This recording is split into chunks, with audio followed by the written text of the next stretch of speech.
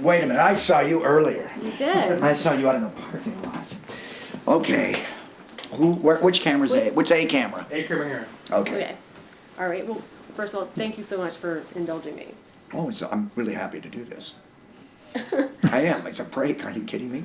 Jumping up and down out there taking pictures with kids with peanut butter and jelly in their fingers. Oh, yum. So being that you're a guest at the Kurtzman Institute of Art, what do you feel is essential for a makeup artist to know from an actor's perspective? Well, I think in a showbiz, practical perspective, it's deadline.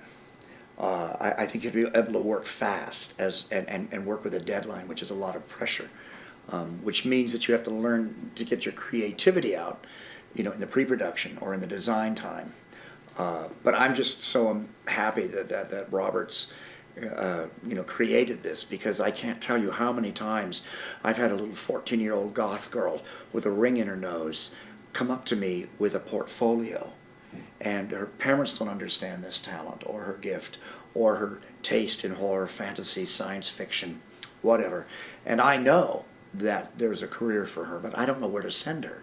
She asks for advice if I'm in Chicago or I'm in San Francisco or Portland or New Jersey, and it's now I can say, go to Crestline, come to the Kurtzman Institute of Arts, because they are dealing with that. They've figured out there's this need. Absolutely. All right, well, and you're an icon. Freddie, what? Oh, thank you. So, what do you feel that you brought to the role of Freddie that made him the icon that he is today? It's all Wes Craven. Freddie, I'd love to take credit. I'm the logo for this wonderful experience, this franchise of 8 films. I'm the logo for this experience that was discovered by the fans before it was hyped and merchandised originally. And I become that signature for this wonderful universal thing, which is the dreamscape, the nightmare, the bad, this landscape of the mind that Wes was so savvy to explore in a horror genre. The other thing is, and this is some stuff I've said before, it's not that fresh, but I use Jimmy Cagney, okay, the famous gangster actor, his swagger. I used a little bit of Klaus Kinski in the Nosferatu remake with Isabella Gianni, especially his hands and his baldness in that film. And I actually used a little bit of the asymmetrical body language of Bob Fosse, which manifested itself into kind of the drop shoulder and the gunslinger pose, as if the claw weighed more and pulled me in that direction as Freddie. So the body language essentially is my gift. We maybe, some fans and Wes think we went too far with the humor, but we kind of reined it back for Wes Craven's New Nightmare and Freddy versus Jason a little bit, and made it put the threat back in him a little more. But basically the posture, yeah. Okay. Yeah, and I was going to ask you about that. What are your thoughts about the evolution or devolution of the Freddy character throughout the series? I think we had to go where we went. Part 6 is like a Warner Brothers cartoon. And I think that was intentional, though. Okay. Rachel Talalay, all of us wanted to push the envelope and make it that way. Was it right? I don't know. But that was intentional. And I think we were playing with a kind of graphic novel, comic book sensibility that the fans had with this Freddy character, and that's why we went there.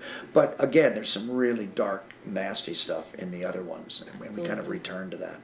What do you feel is missing from current modern-day horror films? I see horror movies all the time that I like. I think it's the fans' fault for not supporting some stuff. I can't find any fans that have seen, for instance, the Sam Rockwell film Moon, and or Lucky McGee's film May, starring Angela Bettis. Just recently we had a hit, The Conjuring. I thought it was a terrific film. I love Vera Farmiga and Lily Taylor. So I think that horror is alive and well. All directors want to play with their toy train set, and that toy train set these days is CGI. And that's fine, but you don't use that as a solution. It all has to start with the original script. Absolutely. If the script works and the story works, everything else will follow. What can you tell us about about Strangeland? Can we expect to see a sequel to Dee Snider's? Well, there's a script, but I don't know if Dee's out there. Dee's got a reality show now, and so I don't know if he's still going hat in hand doing the financing. I'm not sure he's up for that right now, and because he's busy. I'm more anticipating getting the financing for the Scott Glosserman project, the sequel to Leslie Vernon, Behind the Mask, The Rise of Leslie Vernon, and we're finally getting around to doing Fear Clinic here in Ohio, probably later this month, and then I just finished starring in a film in England called The Last Showing, which I think will be retitled here in the States as Midnight Movie, but it stars Finn Jones and myself, Finn Jones from Game of Thrones, and I'm really pleased with that. I know, he has to go pee.